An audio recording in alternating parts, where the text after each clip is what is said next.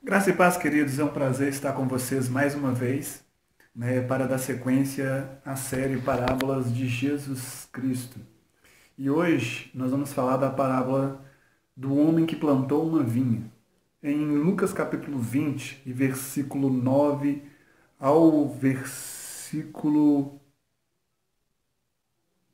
16 e 17, tá? Jesus vai contar a parábola de um homem que plantou uma vinha e arrendou essa vinha para trabalhadores, para lavradores cuidar dela. E esses lavradores vão cuidar dessa vinha e passado um determinado tempo, o dono da vinha, o senhor da vinha, vai enviar um dos seus servos para requerer o fruto daquela vinha. E aqueles lavradores, ao ver esse servo, eles vão espancá-lo e mandá-lo de volta para o seu senhor vazio, sem nada nas mãos. Aquele senhor vai enviar outro servo e, de igual modo, eles vão espancar esse servo e vão maltratar esse servo. Assim, aquele senhor vai enviar o terceiro servo e várias vezes aquele senhor vai tentar, requerer, tomar o fruto, pegar o fruto da sua vinha, mas os lavradores não lhe dão, o fruto da sua vinha. Então aquele senhor ele vai resolver enviar o seu filho, pensando assim, bom, se não respeitaram os servos, vão respeitar pelo menos o meu filho, é o meu herdeiro. E quando aquele filho é enviado, os lavradores vão ver aquele rapaz e vai dizer, com certeza este é o herdeiro, o único herdeiro. Vinde, matemo-lo e tomemos para nós a sua herança. Quando Jesus ele conta essa parábola, ele tinha entrado, em um debate com os fariseus e escribas, porque eles questionavam o ministério de Jesus, eles questionavam a maneira como Jesus tratava o povo, com quem Jesus conversava, questionava o ministério, as atitudes, os milagres de Jesus. E Jesus, ele veio mostrando o quanto os escribas e os fariseus estavam errados. E quando ele conta essa parábola, ele está comparando que Israel foi plantado por ele, como Deus, como Senhor, foi plantado pelo seu pai. E quando, Israel começou a dar fruto, ele enviava os seus servos, os profetas, para poder colher esse fruto, para poder estar retomando esse fruto e dando ao Senhor.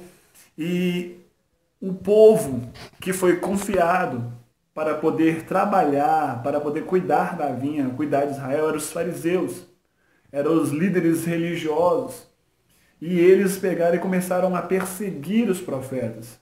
O primeiro, o segundo, o terceiro, daí por diante, até que o dono da vinha, o Senhor Jeová, o Senhor Deus, envia o seu Filho, Jesus Cristo, o único, suficiente Salvador.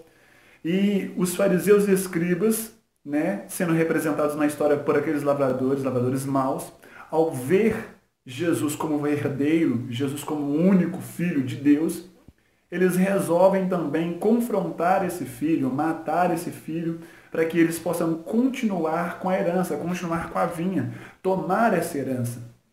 E aí, no final da história, Jesus ele diz assim, o que fará aquele senhor da vinha? Enviará o seu exército, enviará outros para poder expulsar aqueles lavradores maus e colocar outros para trabalharem em função da sua vinha.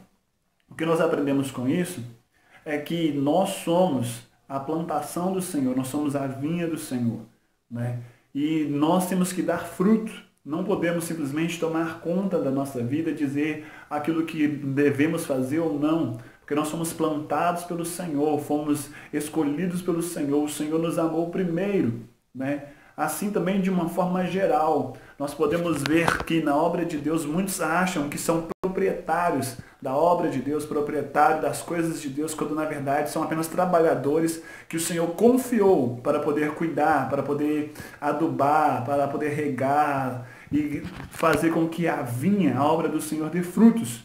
E um dia nós teremos que prestar conta desses frutos, tanto individualmente como coletivamente, sendo líder de grupo de louvor, de jovens, sendo líder de uma congregação, de um ministério, nós precisaremos dar frutos ao Senhor.